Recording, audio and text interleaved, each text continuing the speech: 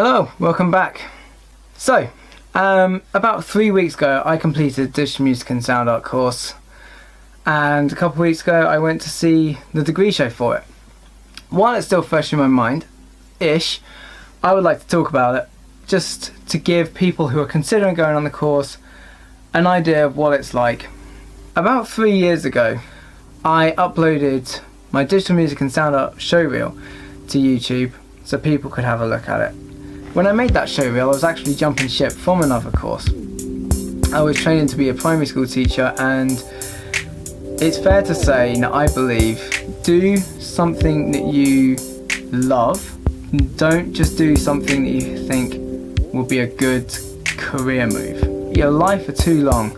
So when I first went on the digital music and sound art course, I made an effort to try and come out of my shell a bit, and I made some friends straight away. I was very relieved to find there were people from all kinds of interesting areas. People who wanted to be music producers, sound artists, sculptors, rappers, musicians, just straight up musicians, composers.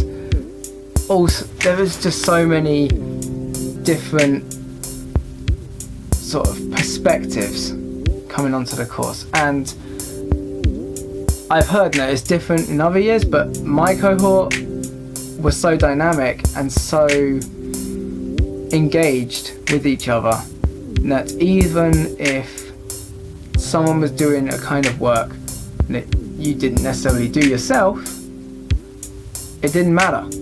Everyone was just got on board with each other's work. It was just people understood what went into it. So when I first came on the course, as well as everyone else, the first thing they introduced us to, alongside sort of sound walks and what is sound and soundscapes and sound as a material for artistic license, as well as introducing us to all of that, there was a lot of talk about John Cage and Luigi Russolo and Edgar Varese and the gramophone right up to today, and all of today's technologies digitally, and how fast they're coming out, and how the very definition of what music is and what sound is changing, and always has been changing throughout all this time. Now the theory part of it, throughout the 3 years, I rocked it basically.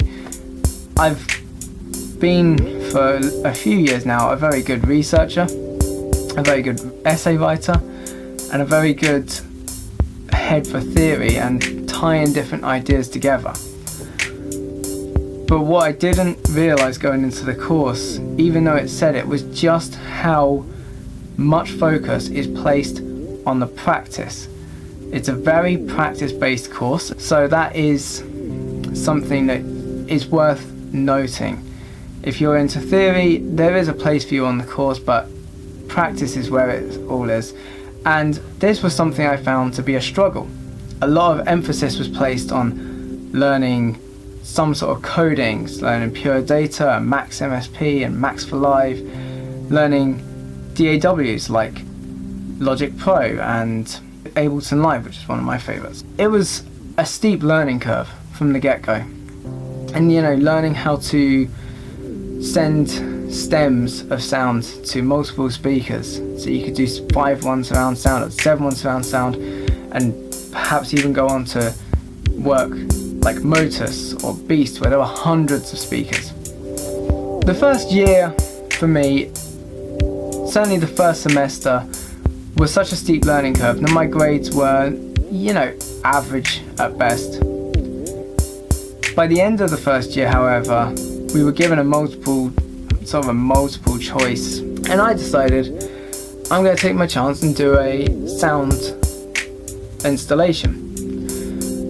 And so what came of that was Alternatural, which is on my YouTube channel. You can go back and look at it, where I just basically documented the sounds of the human environment as opposed to the natural environment. I was looking at various metallic sounds in human environment and seeing how they were encroaching into the natural soundscape. Very world soundscape project, very R. Murray Schafer kind of work. That secured me a fairly decent grade, and I went into the second year feeling quite a bit more confident. When we got to the second year, the pace changed considerably, and the main focus then became on sound for moving image, sound for animation, film, projections, and TV, and how to treat these in very different ways according to the medium. My own work in this is also on my YouTube channel. It's called Didakai. It was not the type of work at that time that I thought I will be doing in the future. It was something that, again, it was a very steep learning curve for me, but I definitely learned a lot from that, and it ended up being something that I am now pursuing. In the second half of the second year, things went back to being very much sound art again, and we were again given a choice between doing a sound sculpture or a performance or a sound installation. I ended up working in a group project and producing Cavity, which can also be found on the YouTube channel. This was something that I felt very much that I took a leading role in, and was perhaps my best work on the whole course. I felt like I was definitely going to be doing an installation going into the third year. I had done Alternatural and it had come out very well for me in the first year. I had now done Cavity and it had come out as my best work yet in the second year, and I went on to the third year thinking I am definitely going to be doing an installation, and that was all I could really think to do because I had no other ideas in terms of content. What ended up happening was that I placed myself under an immense amount of stress in the third year, and I pushed so hard for the installation that even when I had my ideas to work in an anthropological or a linguistic sense, these two things didn't go very well in with my ideas for installations, my physical ideas. And so I ended up in February earlier this year still struggling to tie together an idea, and I presented one to my tutors who threw it out straight away for good reason. The aesthetics of it were rubbish, and it just completely ignored all the points I was trying to make. It was at this point that one of my tutors took me aside and said that I should make a film. I said that, you know, Didakai hadn't done particularly well, and he said, well, there were some ideas in that were very good, very strong, and I should continue them on. With the pressure I was under at this time, it was definitely on my mind to give up on an installation and go back to doing a film. I knew it was something I could do within the time frame I had left, but I just didn't want to admit defeat until it came up that my installations were just never going to work. So the last 3 to 4 months of the course for me just did not go well.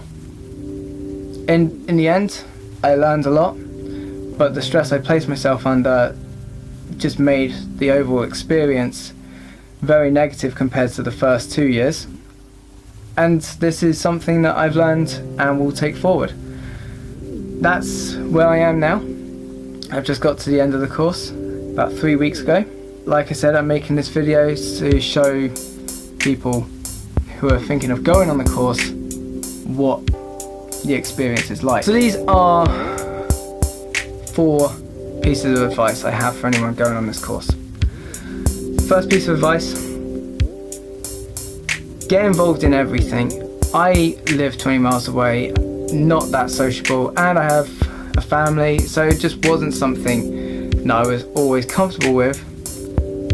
But there were so many different things going on. There were people working with choirs, there were people working in galleries, there were people sort of doing big art installations, and there were lots of people who just sort of ran between these two. So definitely get involved in everything.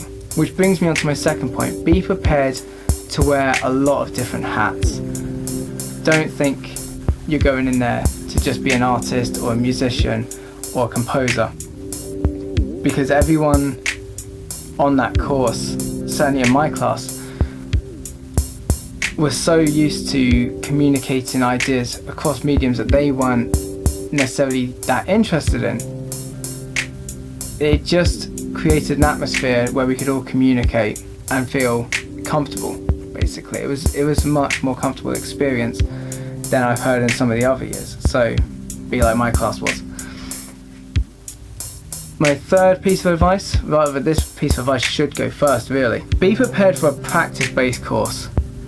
I'm much more comfortable with theory some of the time, but definitely before you go on the course, look into things like Ableton Live, look into Logic Pro, look into some sort of coding and other kinds of music-related software. It will just put you on a good step for the beginning of the course. And my fourth piece of advice, and this isn't specific just to DMSA, this is probably specific to any degree, especially one where the grade is counted up in the last year. Don't go in there thinking, I'm going to do this one thing and completely be unbending in it, because if you struggle, then it just sets you up kind of badly, basically. You just end up resenting all your work. It's easier to look back on it and say, well, I learned something, but at the time it's just hell. So yes, that's basically all I have to say about digital music and sound arts. If you have anything that you'd like to say, or if you have been looking into this course and you're considering it, then, you know, comments are there and I'll respond to them. Basically, I'll always respond to any comments that ask any questions like that. If you just want to say hi, that's fine too. And yeah, have a good one.